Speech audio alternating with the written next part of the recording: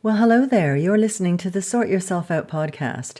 I have a special guest with me today, Conny Graf, and we are going to be discussing how to make decluttering easy and doable. I'm your host, Janine Hunt, natural health therapist for over 30 years, hypnotherapist, lifelong learner, and student of the Ageless Wisdom.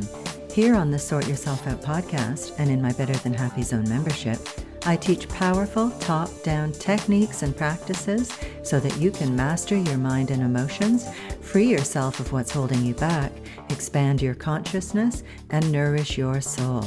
So let's get started. Well, hello there, and thank you so much for joining me today. Today, I'm talking to Conny Graf, a Swiss certified specialist in finance and accounting, a certified clutter clearing coach, and astrologer. Conny helps us to move from chaos to peace, to create a supportive and clutter-free environment in our lives and business. But more importantly, she helps us develop habits and systems that work for us and prevent any kind of clutter from creeping back in.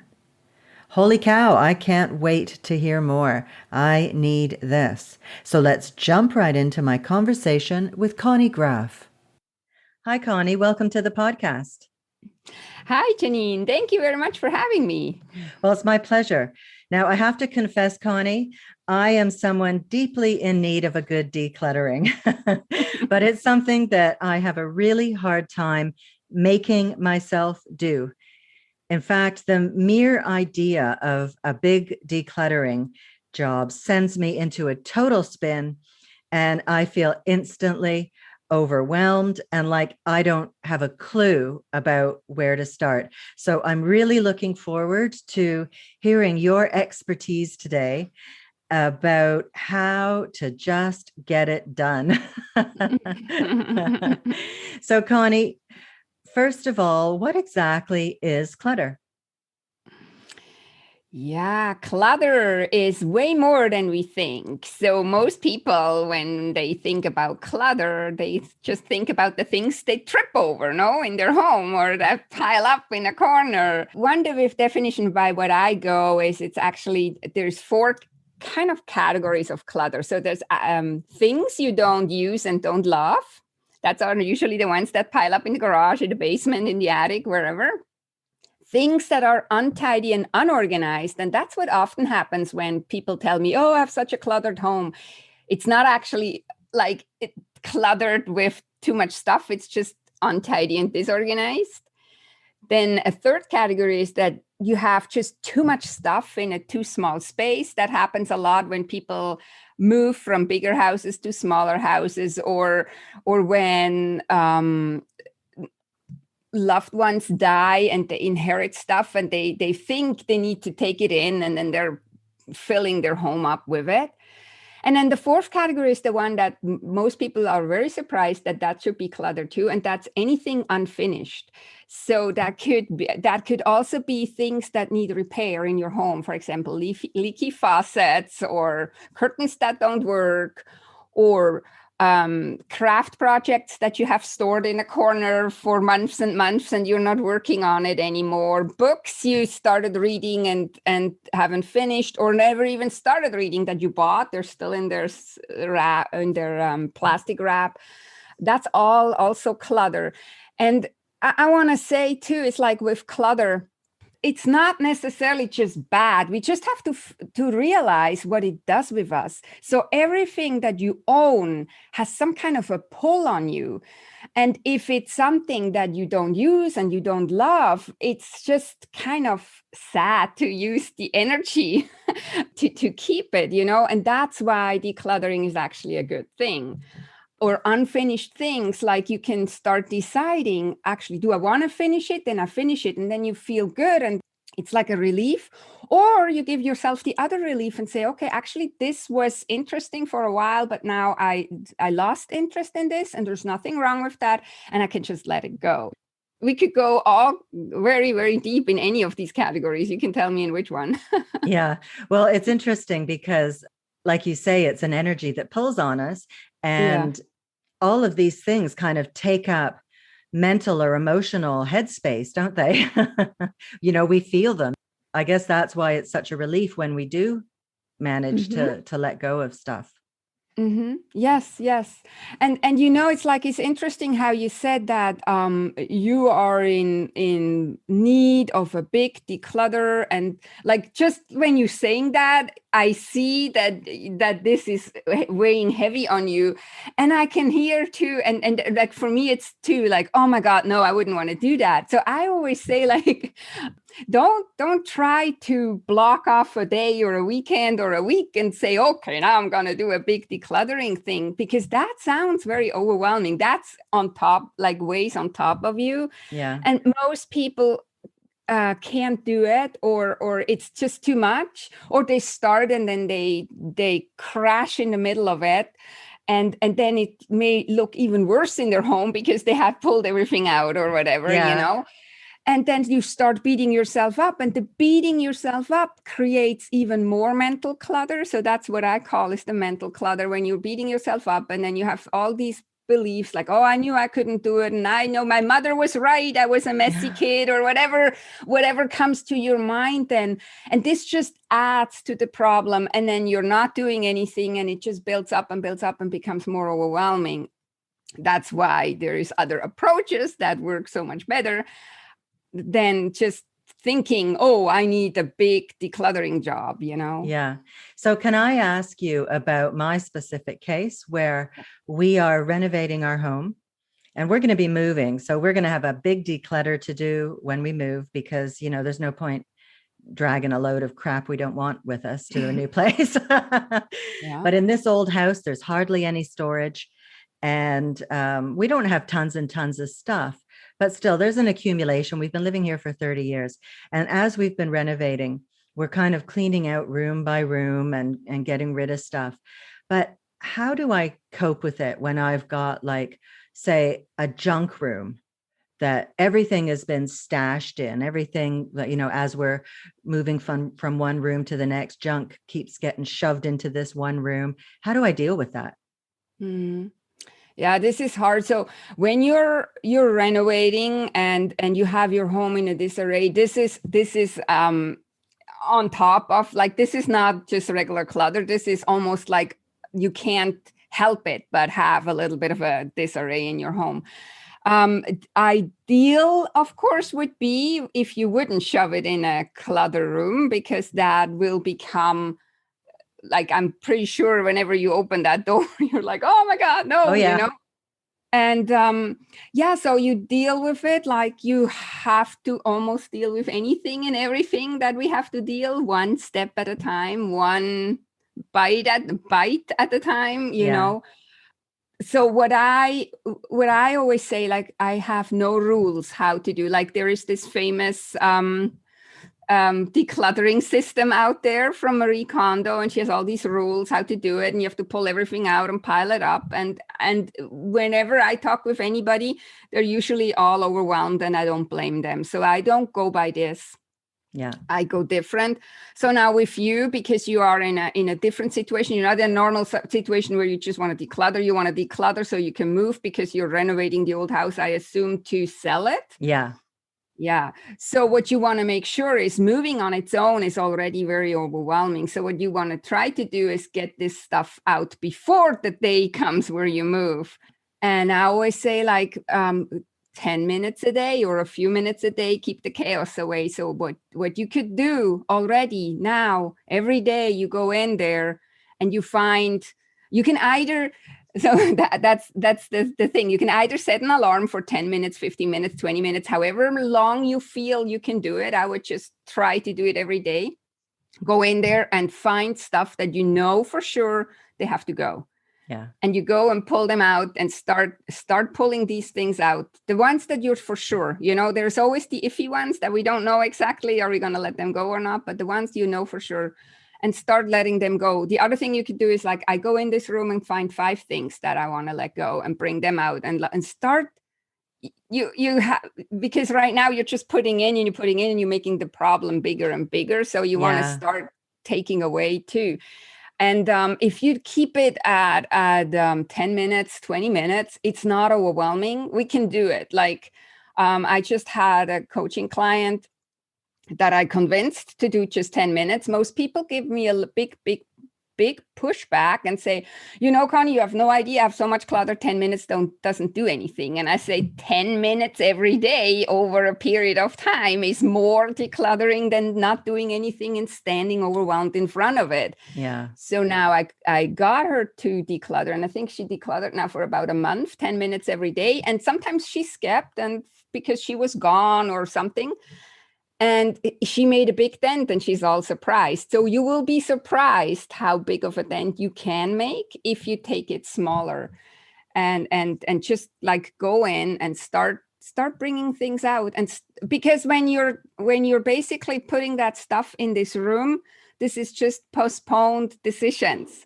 Yes. Eventually you will have to make the decision. If you have to make the decision in the hectic of moving, you might end up throwing things out that you later regret. And that's another fear that a lot of people have. Oh my God, no, I don't know how to declutter because I'm so afraid that I throw something out and then I regret it later.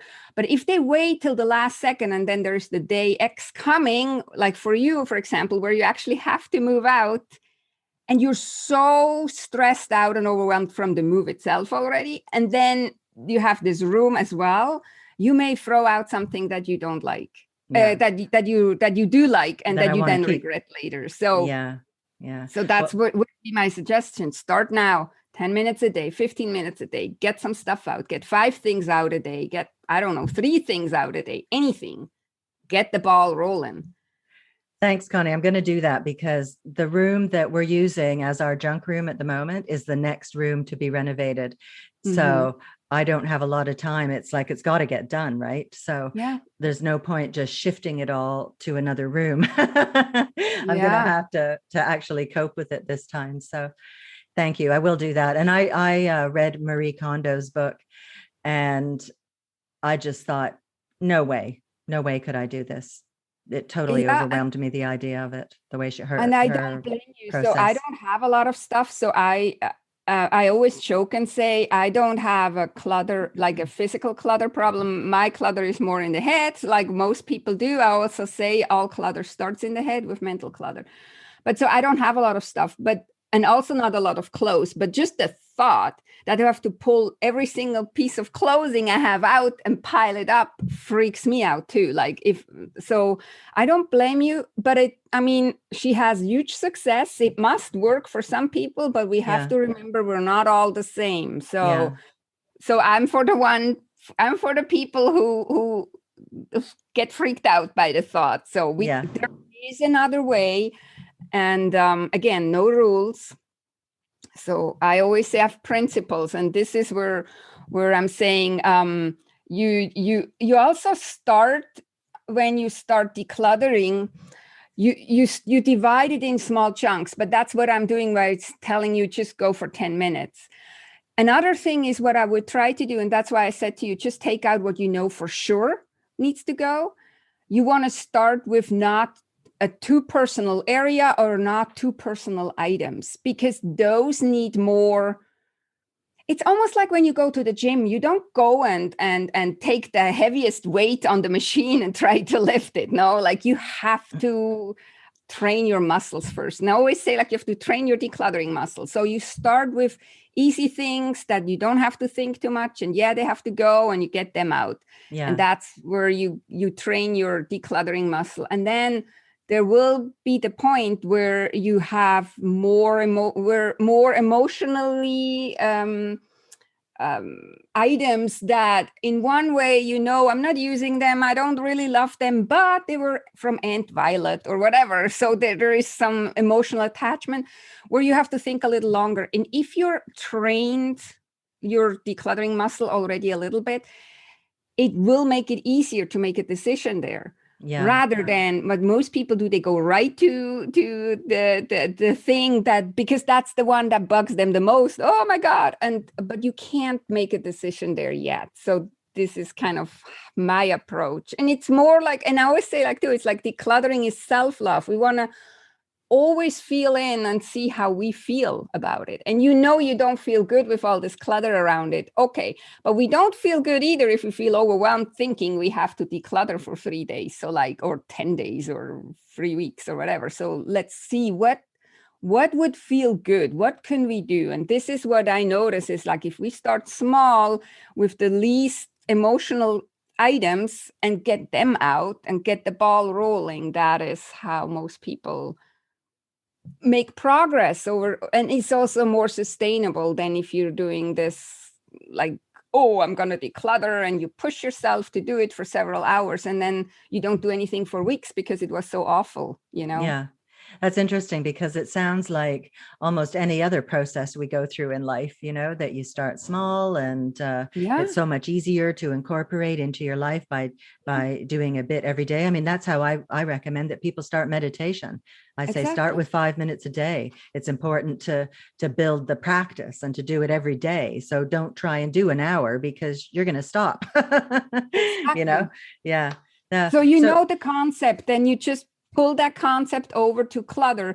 And it is really, the problem is that her book was so successful and people think that's how you declutter, but most people may get to a decluttered house, but I always compare it with a crash diet. We can get to a certain weight to get into a dress because we have an event we want to go to and we want to use that dress, for example, as an example, pre-COVID, when we could go to events, And what often happens afterwards is because we don't have this one goal anymore that we're pushing ourselves with all our willpower to it, the weight gain comes back. And it's similar with the clutter too. We can declutter and have everything straightened out and wear ourselves out completely and the house looks good. But if we haven't changed our habits, this will all creep back in. And then a few weeks or months later, it looks cluttered again because you haven't really addressed what causes the clutter. And so this is why this is actually way more sustainable. It's much kinder to yourself than pushing yourself for hours or days to do something that is really not so pleasant when you do it that way. Is that what you mean? I found that really intriguing, what you said about that clutter clearing is self-love. So why is that? Is that what you mean? That it's like that way of being gentle with yourself and giving yourself the opportunity to do it in small bursts and not be beating yourself up? Or is there more to it than that? Yeah, there's more to it than that, but this is the main thing, because what most people do, and if you are anything like me, you're easy to beat yourself up if you don't. And this is also similar like with meditation. So how I started meditating, I wanted to meditate every day for 10 minutes, but I couldn't even imagine that I could do 10 minutes. So I gave myself permission, said if I do 3 minutes a day, it's a win. 3 minutes is a win. And I said to myself, you have always 3 minutes. Even if you come home at 11 at night and you're tired, you still have 3 minutes for yourself, because it's for you. It's not a chore. It's something for you. So now I'm on day 655 or something, and I actually most days do 10 minutes. That was my goal. So it's similar with decluttering. We're really quick to, it starts like this. Oh, I want to declutter. Then we push ourselves to say, I need to declutter. Then we start. Most people then don't know how to start, and they don't know how to protect their energy. So they're deflated already before they really start. Then it becomes really a push, because if you're deflated before you start, it's double hard to do anything, no? And then they push themselves, and then they, like I said, somehow they end up right at that one item that brings them the most trouble to make a decision. And then they sit there and then they get more deflated. Oh my God, I knew I can't do it. And so it just is all in all a bad experience. If you approach it the right way and in a self-loving way, like in a kind way, in a gentle way, you'd only commit to a small area or to a small chunk of time. And you look at it as a win when you do it, but you're trying to do it every day, you will see progress and it will become a way of living. The idea is that when you're you have your house decluttered to a degree, whatever that means, and that's different for every person. There is, in my world, there is no rules how many items you are allowed to have in your home, you know. This is a personal preference and feeling. When you feel good in your home, the idea is that you feel good and that your home is a sanctuary and supports you in what you want to do in life, no? So when you are at that point, if you go with a few minutes a day, you are already in the habit of straightening your home or making sure it feels good.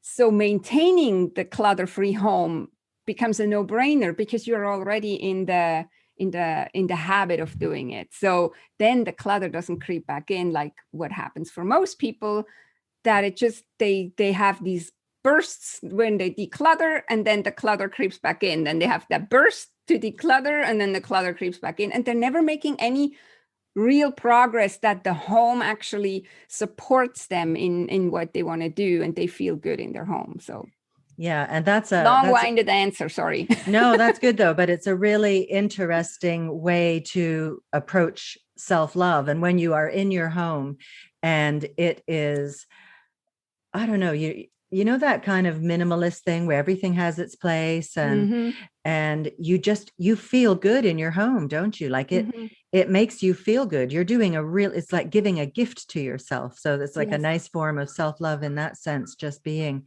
in this beautiful space that feels good to be in. But it is a journey. So what I also notice is when people have a lot of stuff in their home, and I go and we can clear, like if I go and I have a consultation, for example, for 3 hours or so, we can get quite far in 3 hours if the person is this like makes easy decisions and actually we work together. But it can be in the beginning a little unsettling all of a sudden. Like if we're used to seeing a lot of stuff, let's say on our dining room table, a lot of people have the dining room table as a hot spot where everything kind of like gets dumped when they come in and then it never gets cleared.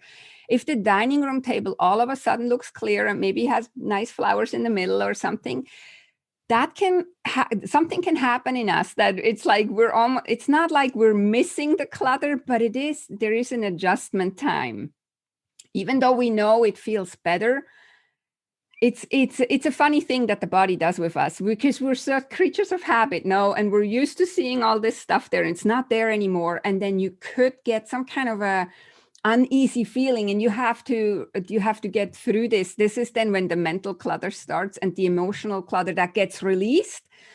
But yeah, in general, that's why we feel so good in hotel rooms, usually, not everywhere, but because it's not such a mess. But we can have that in our home, just in a gentler way, so we don't have to become overly crazy and everything has to be just so. I always say too, is like, don't look at Instagram too much or at these beautiful interior design magazines, because this is not real. You can't live that way. So I always say, like, you are the thermometer, no? Like if you feel stressed out, there's most likely a reason, like in your home, there is a reason why, and then address that. And make it so that you feel good. And that might be different for you, how you feel good, than it is for me, how it is for the next one, you know? Yeah. So there is no rules. So why has clutter become such a problem in our lives? Yeah, because I think it has a lot to do with consumerism, and that we are bombarded with advertisement since, I don't know, when did that start, in the 40s or the 50s, when they started with advertising, and you need that and your neighbor has that and we're trying to keep up with the neighbor. It's also oftentimes a symbol of we're successful in life when we have big houses, and this is human nature. So the bigger the house is, we kind of have this pull to fill the rooms, you know. It's like, and then that's what I'm saying, and a lot of people then end up with cluttered homes, because then they move for whatever reason from the big home to the small one, and they want to drag everything along. It's also, I think it's probably also a little bit human. So they're like when you think of the nomads who traveled, they also carried stuff along. animals don't carry anything along. Like if you look in nature, no animal carries anything along. They may bury some stuff like squirrels and go back there, but they don't carry anything along. But even as humans, when we were nomads, we had camels and horses and donkeys and carried our shit along, Yeah. you know? And I think it's to a degree human nature. And I don't think there's anything wrong with it. We should have the things we need to do what we want to do in life. It becomes a problem when it becomes too much. And with this fast pacing lifestyle we're having, with the constant advertising that we should have this new gadget and that new gadget, and we almost have no time to even think, do I really need a new gadget? It's just like, oh yeah, I need this new gadget. We don't even check in whether we really want it, need it. It's just, we just do.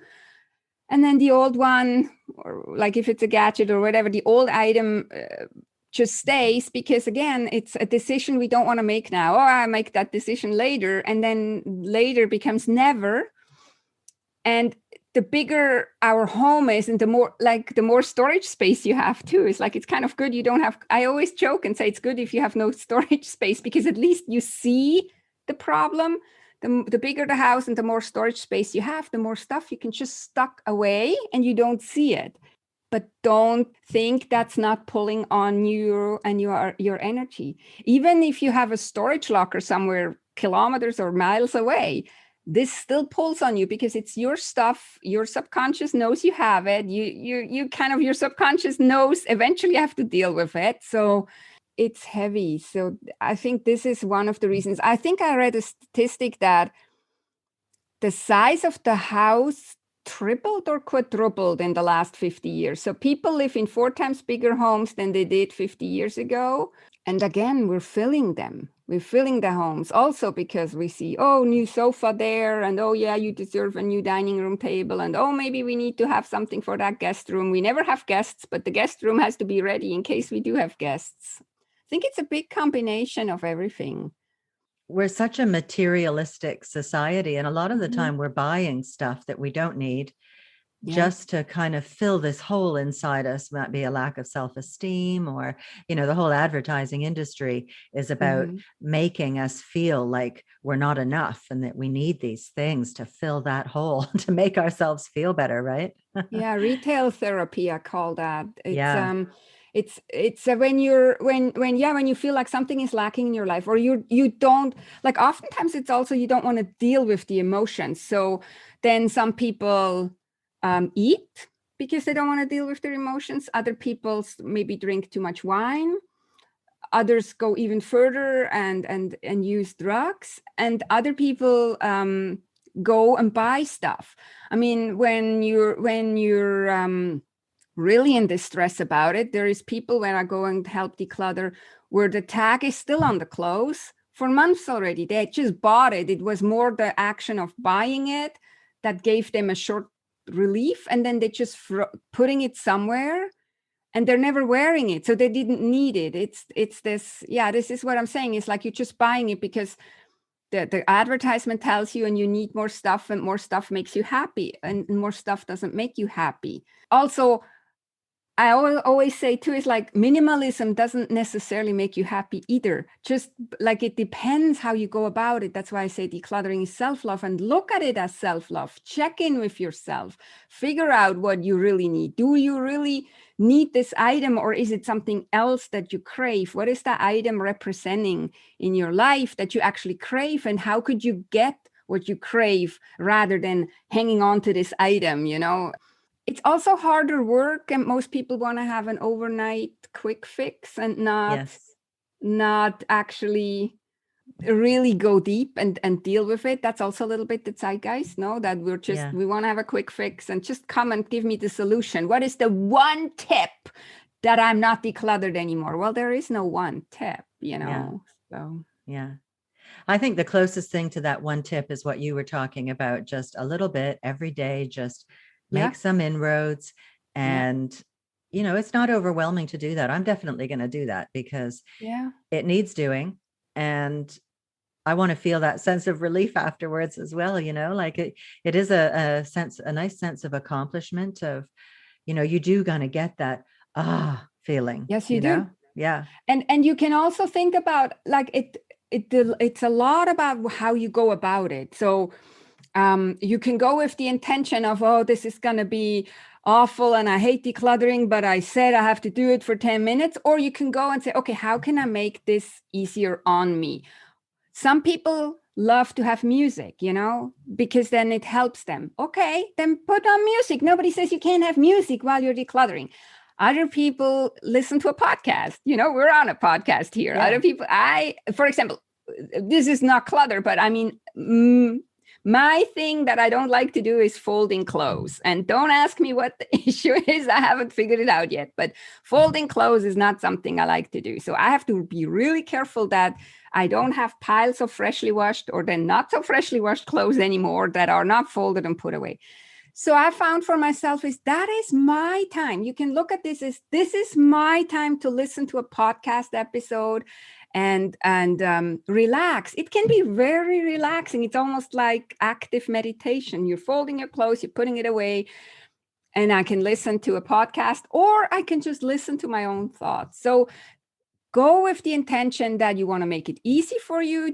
That's why I'm also saying it can be self-love. It's doing something good for yourself, but we also want to do it that it is something good for ourselves. You don't want to push yourself like with this grip and I have to do it now 10 minutes. And that's kind of and that again is like that beating up process while you're actually doing it almost. I used to be like that when I would be doing the vacuuming. I hate vacuuming, and I think I call it the chore from hell. And my vacuum cleaner actually gave me a black eye one day. And I thought, this is like a physical representation of how much I hate vacuuming, that my vacuum cleaner actually hit back at me. But, I use that now as an exercise in mindfulness, and to just be doing it mindfully, and to not be filling myself as I'm doing something I don't enjoy with all these nasty negative thoughts like, oh, I hate this. I really wish I wasn't doing this right now. Oh, my back. Oh, damn, it just fell apart. Like if I go into it with that attitude, then it gets so much worse. It's such a much more difficult thing to do. So it totally makes sense. I put on music all the time when I'm doing things that I don't necessarily want to be doing, or I approach it as a mindfulness task. Exactly. And also like giving yourself permission to just do it 10 minutes, but do it consistently. Like I did with meditation. I said to myself, 3 minutes is a win. Of course, the goal was 10 minutes. Yeah. But sometimes you can't. And it might be the same with decluttering. So it's individual for everybody. But I'm saying decluttering 10 minutes, you can do it. I mean, it's really, you can while you wait for the kettle to boil, while you wait for the water to boil to cook eggs, or I don't know, you can do something in the kitchen. Yeah. There is all kinds of ways how you can do it. Become creative and make sure it's not beating yourself up, because that creates a lot of mental clutter. The mental clutter creates a lot of emotional clutter. And then you might have done the 10 minutes, but you don't feel and receive the benefits from it, from actually really feeling good afterwards, so. Oh yeah, good point. There's a lot to think about there. I like your tips for using those little moments, like waiting for the kettle to boil or the bath to run or whatever it is to go and get something done. So Conny, I hear that you have a freebie to offer listeners. Can you tell us a little bit about that, please? Yeah, so I have actually about 3 probably, but or 4. It depends what people struggle with. So the one that I highly suggest for people who work on a desk, like if it's for their work or because they're maybe writers or something, I have one, How to Keep Your Desk Decluttered. And it has a connection to gardening, believe it or not, because I'm an avid gardener. So that one, and I understand you will put the link in the show notes. Yep. But I have also one for clothes, because I noticed that a lot of, especially women, but also men in certain instances, have problems with letting go of clothes. So I have a PDF that you can download that helps you declutter your closet without taking out all the clothes and piling them up on a bed. Nice. I don't do that. I don't do that. Yeah. And also like questions you can ask yourself when you decide whether or not to keep something. Especially as women, we often keep things not because we're wearing them, but for all kinds of other reasons, like we're sentimental. It was when we were younger. We wished we were still that weight, but we're not. And it's kind of like this underlying beating ourselves up on constantly, because every time we're opening the closet, we have to actually find something that fits us, because a lot of things in there don't fit us, you know? And so just imagine how beautiful it would be. And I have somebody that I helped with, and she has I have a video testimonial somewhere about it, where she says, it's so awesome to open in the morning the closet and think that no matter what I pull out of here, it's going to fit and I love it, you know? And most people don't have that. So this is another freebie that you can download that helps a lot of people. Oh, that's great. Thank you very much. So I will put links to all of that in the show notes, but otherwise, where can people learn more about what you do and find you online? Yeah, so my website is connygraf.com, CONNYGRAF.com. And from there, that's basically the hub. You find everything. I have a podcast that is called From Chaos to Peace with Conny. You find that on the website. You see the link to the podcast. You find it also in your favorite podcast app on Apple Podcasts, Stitcher, and Spotify, and wherever. And that's the easiest. You find me, of course, on Instagram and on Facebook. But if you go to my website, you find all the links to these places, so you don't have to go and Google other places. Yeah. Okay, well, that's great. Well, Conny, it's been such a pleasure talking with you, and I've really learned a lot. So thanks very much for that, because I'm going to go and definitely put your advice into action. I'm going to take action on it. So I'm really looking forward to that and to getting some shit done. So thanks so much for joining me today, sharing all that good stuff. Yeah, thanks so much for having me, Janine. Oh, you're very welcome. It's my pleasure. So there it is, my friend. I hope you've enjoyed my conversation with Conny Graf. So once again, you can find Conny online at connygraf.com, and she spells her name CONNYGRAF.com. And I'll put the links to her site and her freebies in the show notes. And if you're up for some more inspiration and really ready to sort yourself out, don't forget to check out my Better Than Happy Zone membership that is chock full of trainings, techniques, and practices to take your well-being to the next level. And you can now check that out for just $1. So you've got no reason not to have a look, and so many ways that you can benefit. There's nothing to lose there at all. So you can check that out at betterthanhappyzone.com. So thank you so much for joining me today. I really appreciate it. Take care, and I'll see you next week. Bye-bye. Thanks so much for listening and for sharing this podcast, and for subscribing and leaving me a lovely 5-star review on iTunes. Those things really help to get the podcast out there so that it can serve more people. If you have any questions or would like me to address a certain topic, I'd love to hear from you. You can email me at info@theinspirationcloud.com. Thanks again, and I'll see you next week.